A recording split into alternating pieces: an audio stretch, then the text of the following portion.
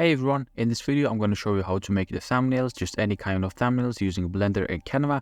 Now this will not be a beginner Blender tutorial. If you're a complete beginner of Blender, I have a beginner tutorial series which is going to be linked in the description. Also, if you want to get the animation library, it's going to be linked in the description as well. You can get it on my Patreon.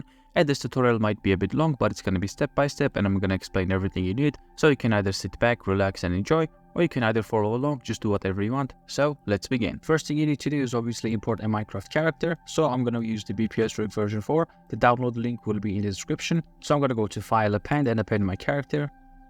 So here I have my BPS rig. I'm going to take the default cube, delete this. Also, I'm going to open up the screencast keys add-on so you can see what I'm clicking. And also I'm going to click this and then go to the texture mode. Now you can use any other rig. You can use the Ice Cube rig or the Entertainer rig or any other rig, whichever you prefer. I'm just going to use this as a demonstration. So first thing we need to do is obviously create a camera and position our character. So I have a camera over here. If you don't have a camera in your scene, you can just click on Shift A and then create a camera. Now I'm going to click on numpad 1 to go to the front view, or you can also use these arrows to access the front view. For example, you can click on this Y circle and then you're going to end up in the front view, which is a flat 2D orthographic view. So once I'm in the front view, I'm going to click on Control Alt and then number pad 0, and it's going to align my camera to the view. But again, if you don't have a numpad, you can click on this view over here, click on view, then scroll down and then find align view, and then click on align active camera to view. And this is going to align your camera to view. Now I'm going to click on G and then GY to adjust this. What we also want to do is have a focal length a bit closer to the character. 50 is a bit too far away. So for the thumbnails, I think something like 80 would be nice. I'm going to click on GY and then move this backwards. Now there are a lot of thumbnail styles, but for the purpose of this tutorial, I'm going to place my character on the left side. So I'm going to select the character, click on G and then move this on the left side. And then maybe move this down, move the character down. And I'm going to leave the space for a text or for other effects over here. Now what I'm quickly going to do is position my character. So first I'm going to go up here, right click, vertical split, split the screen over here, press on N, press on T to get rid of these menus. And then what we also want to do is get rid of the overlays so I can see what's going to be rendered here. I can also go in my output settings, and before you do anything else, I recommend to change this from 1280 to 720 because YouTube accepts thumbnails which are 720p. So now I'm going to go out of this view on my left screen and then I'm quickly going to adjust my camera. So for this tutorial, I want the character pointing to the text on the right side. So I'm going to quickly give a character some pose. You can do anything you want with this. You can give it any pose. By the way, while you're in the solid view, you can click this and then click on the flat shading so that it's going to be a lot brighter. So I'm quickly going to give it like a random pose, something like this maybe. Make the character smile. And by the way, I have a lot of questions about how to make the teeth appear. So you can click on N. You can select the square bone, which is on the very right side. Now go to Item, expand the Properties panel, and then enable Teeth. So basically turn teeth from 0 to 1. And now you're going to be able to see the teeth. And you can adjust your mouth position over here. It's a personal preference though, because some people don't like to use teeth on Minecraft characters. And by the way, for this tutorial, I'm going to use the character only. I'm not going to import Minecraft worlds in Blender. You can do that, definitely. And if you don't know how to do that, I have a tutorial about that, which is going to be linked in the description. But let's say I gave my character a pose. And one thing I want to do now is adjust the camera to my liking. For example, I want to move this closer. So I'm going to press on, select the camera, press on GY, move this closer, and then maybe move this on the right side slightly. So now what we want to do is if I click on the rendered view, and by the way, I'm using cycles, but you can also do this in Eevee. It's not going to be an issue. If I click on the rendered view, you can see I only have this point light and it's barely lighting up the character. It actually looks pretty nice. You can crank up the power maybe if you want, but you don't have to do that. So I'm going to delete this point light. And what I'm going to do instead is do the 3-point lighting setup. So 3-point lighting setup is something that a lot of people use, including myself. Especially if you're a beginner, you can get used to it pretty fast and you can do a lot of cool lighting effects. So basically it involves, I'm going to take the cubes to demonstrate this. So basically for the 3-point light setup, you have a key light, which is kind of on the side of the character. You never want to place the light right in front of the character because it's going to make your character or the object flat. So you want to place the key light somewhere over here. Let's say we want to place some area lights or spotlights over here. So this is going to be your key light and it's going to be bright. But since it's going to be bright, it's going to create some harsh shadows. So if you want to avoid some harsh shadows and you want to soften up the shadows, you can create a fill light, and fill light is usually placed somewhere over here on the left side. It can be placed anywhere you want, but traditionally a lot of people place it somewhere over here. And fill light is not as strong as the key light, but it's strong enough to cover up some shadows and make the shadows softer. And the last light we're going to be using is the rim light. So rim light is usually placed behind the character or an object, and rim light basically gives like a cool outer glow on the character or on an object, and you're going to see what I mean in a few seconds. So yeah, let's create our lights. I use this cube to demonstrate this because it's going to be easier to understand. So I'm going to click on this cube, and then I'm going to click on, you don't have to do that, I'm going to click on Shift S, cursor to select it, and now I moved my cursor in the center, aka in the origin of this cube. Now I'm going to press on Shift A, click on light, and then let's create an area light. Now I'm going to delete this cube because I don't really need it. You don't really need to do this. You can just straight up create an area light and that's it. I just use this for a demonstration. Now I'm going to rotate the area light around this character so that it points to the character. So I'm going to press on R, Y, rotate this forward, and then RZ, and then rotate this towards the character. Now take this and place it over here. Once again, you never want to place the light in front of your character because it's going to make it appear 2D. Since we're working in 3D, we want to give our character or an object some depth. So I'm going to take this area light and experiment with power. I think something like 100 could be nice. And as you can see, it created some harsh shadows. So now I'm going to create another area light. You can create another area light, or you can take the existing area light and click on Shift T and then move this on the right side. So I'm going to click on X to move it on the X-axis, and then RZ to rotate it towards the character. But remember, the fill light, this one, is supposed to be soft. So first of all, I'm going to delete this cube. Second of all, I'm going to select this and then turn now the power to something like 50. And if you want to make this even softer, you can select this and then scale it up. If I scale this up, it's going to become a lot softer. Now you can also scale this up from this size. So I think 50 might be too weak, I'm not sure, maybe 70. And also I can go to the top view by clicking on numpad 7. Once again, if you don't have a numpad, click on this one and then move this kind of on the back. And now let's create a rim light. So I'm going to move this cube back, Shift S, cursor to select it, Shift A, create an area light. Now I need to rotate this area light forward. So I'm going to press on RX, type 90 on your keyboard. But in this case, I need minus 90. So I'm going to click on minus. And now my area light is going to be rotated on the 90 degrees. Once again, if it was too fast, click on RX, minus 90. Or you can just click on RX and then click on Control, snap it, and manually rotate it up like this. Now what we need to do is go to the area light settings, click on the shape, and then turn this from square into the rectangle, because we need to give it a size around the same as our character. So take this and then move this down to match the character, and then take this and move this outwards like this. Not too much though. So first of all, I'm going to go to the world settings. You can see the world settings has some gray sky created, which gives us some light, which we don't want. So I'm going to click on this and then turn this down to 0. And now what I want to do is select this area light, click on G, and then move this closer to the character. Maybe move this on the left side over here. And now I'm going to take the power and then set this to something crazy for now. Let's set this to something like 1000. And you can see what happens basically. This gives our character like an outer light, outer glow. Like this is on a professional terms, it's called the rim light. So if I move this around, you can see the character's basically outline is lighting up, which is a pretty cool effect. You can use this to separate your character from the background. In this case, we don't really have a background, but you can use this trick in your animations as well. So I'm going to move this rim light back somewhere over here so that it lights up the left side of the character. Rotate this, maybe move this up, and then scale this up to make it larger. And we can increase the power if you want. Don't go too crazy though. Yeah. Go to top view again, move this back. So we have the key light, fill light, and the backlight or the rim light. So now this character is ready to go. We can render this and we can use this in either in Blender again or in other image editing software. And yeah, last thing we need to do is go to the render settings over here, scroll down, and then expand fill, and then check transparent, because we don't need the background. We only need the Steve.png because we need to insert Steve into our photo editing software. And after we check transparency, we can also play around with the color management. So if we click this, I'm using AGX and very high contrast, but you can play around with the contrast settings, and you can also play around with the view transfer over here.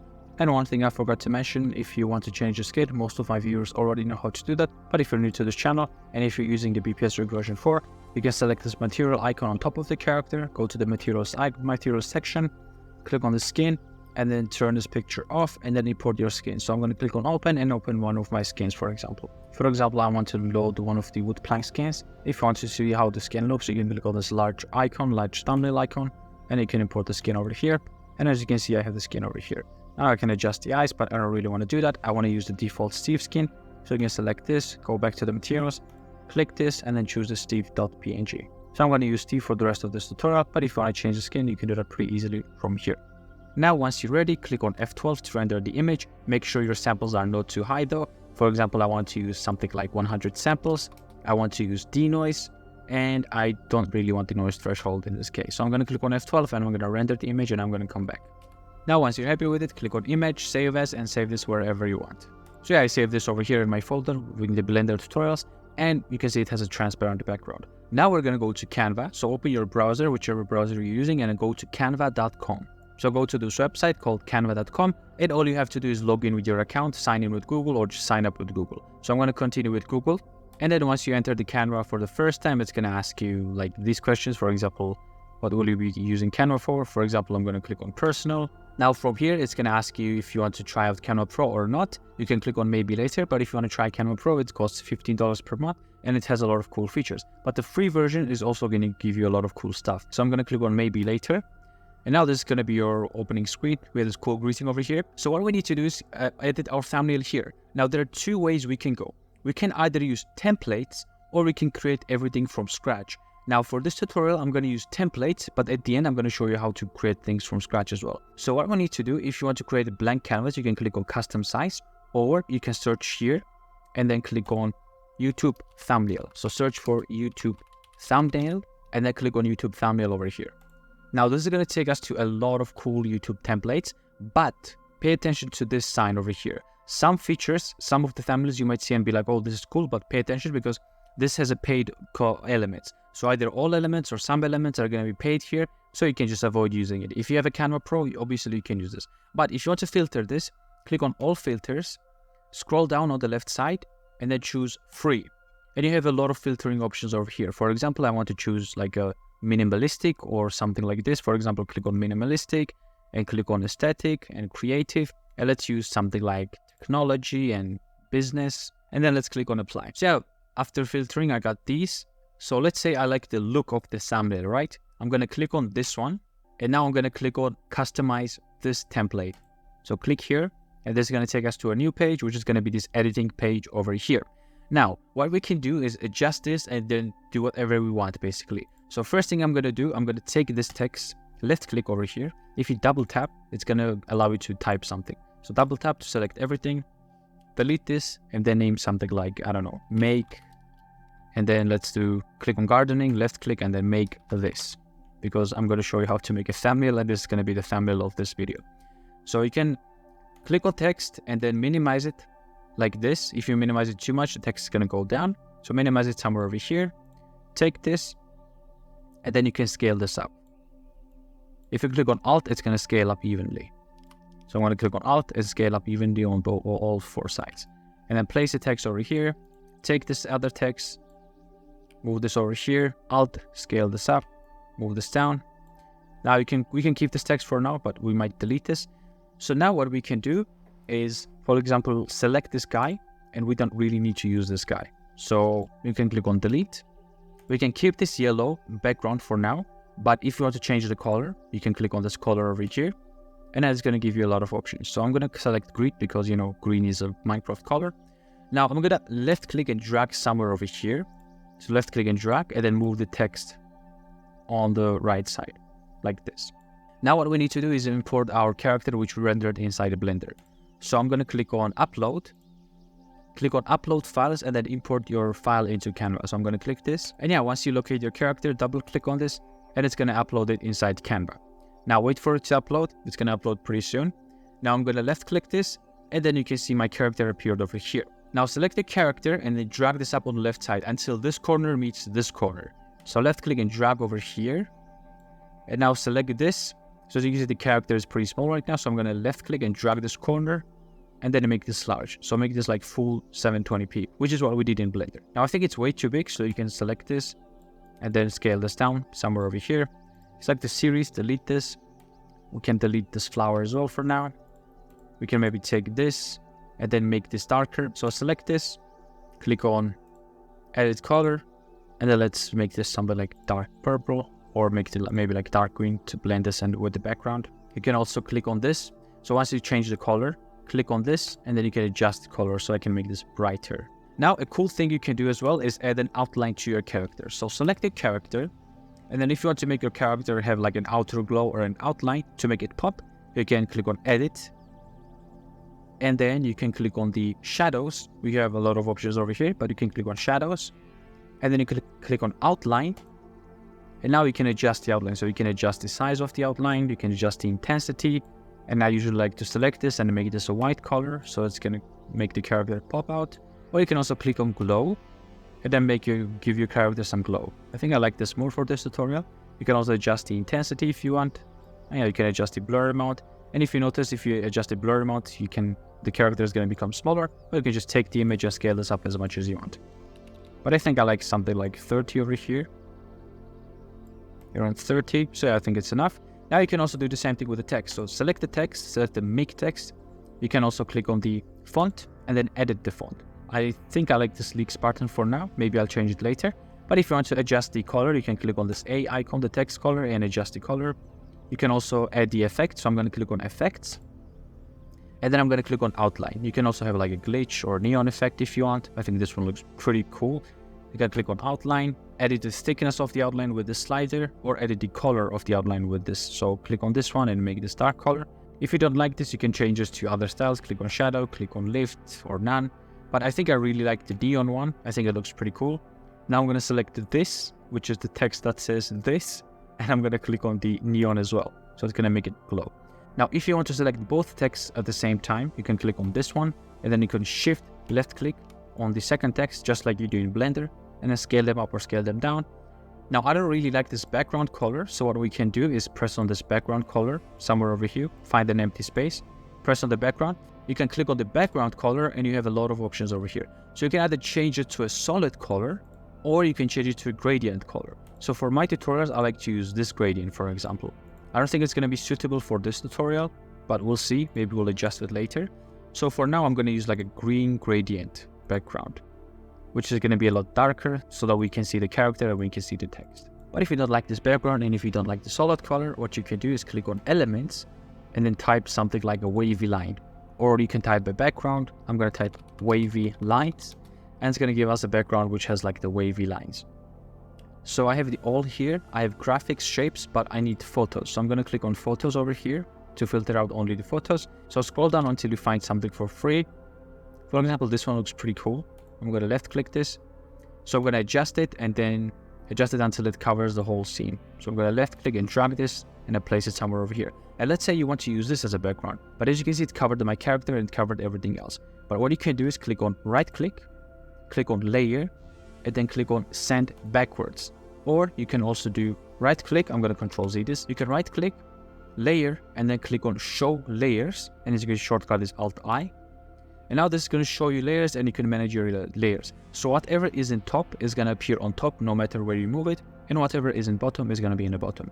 So let's say I want my character to be on the top side. I'm going to left click and drag my character up. So it's going to appear on top. And as an example, if I select my character and then drag this on top of the text, as you can see, it's going to be on top of the text. Now, if I take the make text, drag this over the character, it's going to be above the character over here. So yeah, you can use this to manage your layers. So I think I like this background. I think it's way too bright and it also matches these colors. So maybe I'll change the text color. So I'm going to select this background, click on edit, and then click on the adjust. Now what you can do is click on auto adjust, and Canva is going to make the automatic adjustments. But you can also scroll down yourself and then maybe adjust the contrast, raise it up, or maybe turn this down. You can also adjust the brightness. So I'm going to turn down the brightness kind of like this. And what I also like to do is add a vignette effect. So if you scroll down, you have this vignette option and it's going to darken the colors. And if you drag this slider up, it's going to darken the colors. So I'm going to select this character, maybe scale it up, something like this. What I also like to do is select this character. And as you can see, I want to select the text, but since I move that character up, it's pretty hard to select it. So we only see this portion of the character and we don't see the right side. So if you don't need this, you can select this, select the slider, and then drag this on the left side. But make sure don't drag this too much because it's going to cut your character in half. So maybe drag this until we see the character fully. And now I'm going to be able to select the character on the left side, and I'm going to be able to select the text on the right side. So now we can add some other elements. Let's say I want to add like a circle. I can search for a circle over here. I can go to graphics or shapes. And then as you can see, I have the shape of a circle. But if I type a circle, I also have this shape option over here. If I click this, it's going to give me a circle. Now if I left click outside, I can select the circle, move this somewhere over here, and then click on Alt and then scale this up. And I think this blue color matches Steve's shorts. It looks pretty nice, but maybe I want to change it. So if I want to change it, you can select this again, click on the edit color, and then let's edit, maybe make this purple, something like this.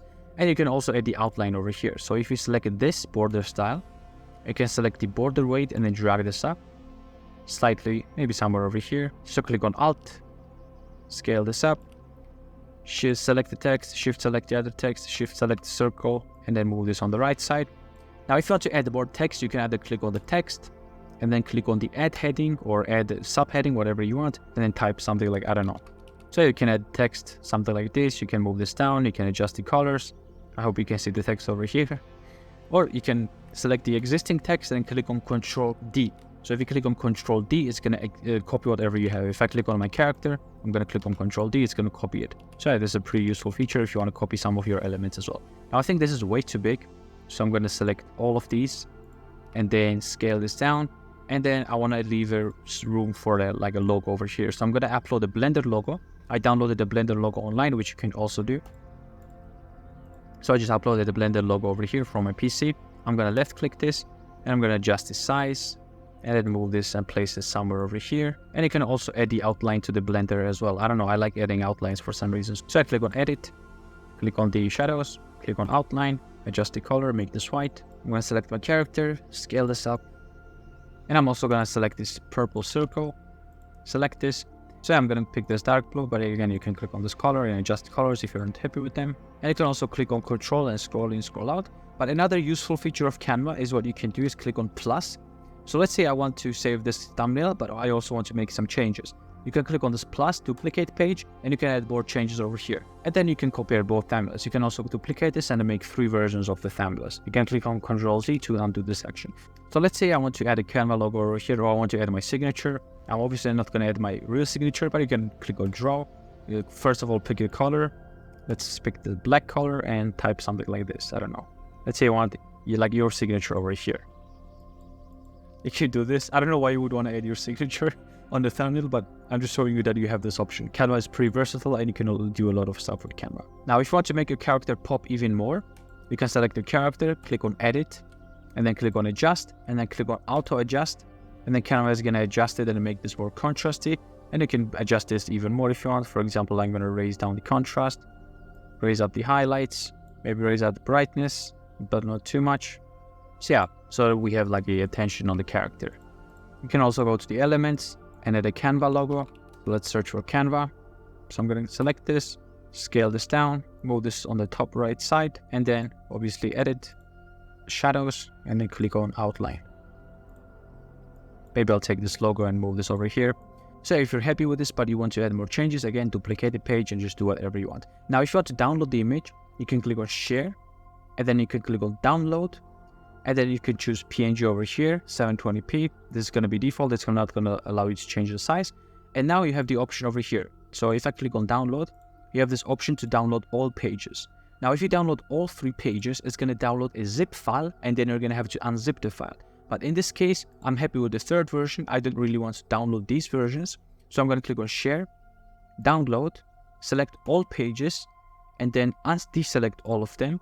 And then select only first page. So I'm going to select first page, click on done, and now I'm going to click on download, and this is going to download my image in 720p, because 720p is what's allowed on YouTube, and Canva already knows that if you want to use a YouTube template, it's going to be in 720p.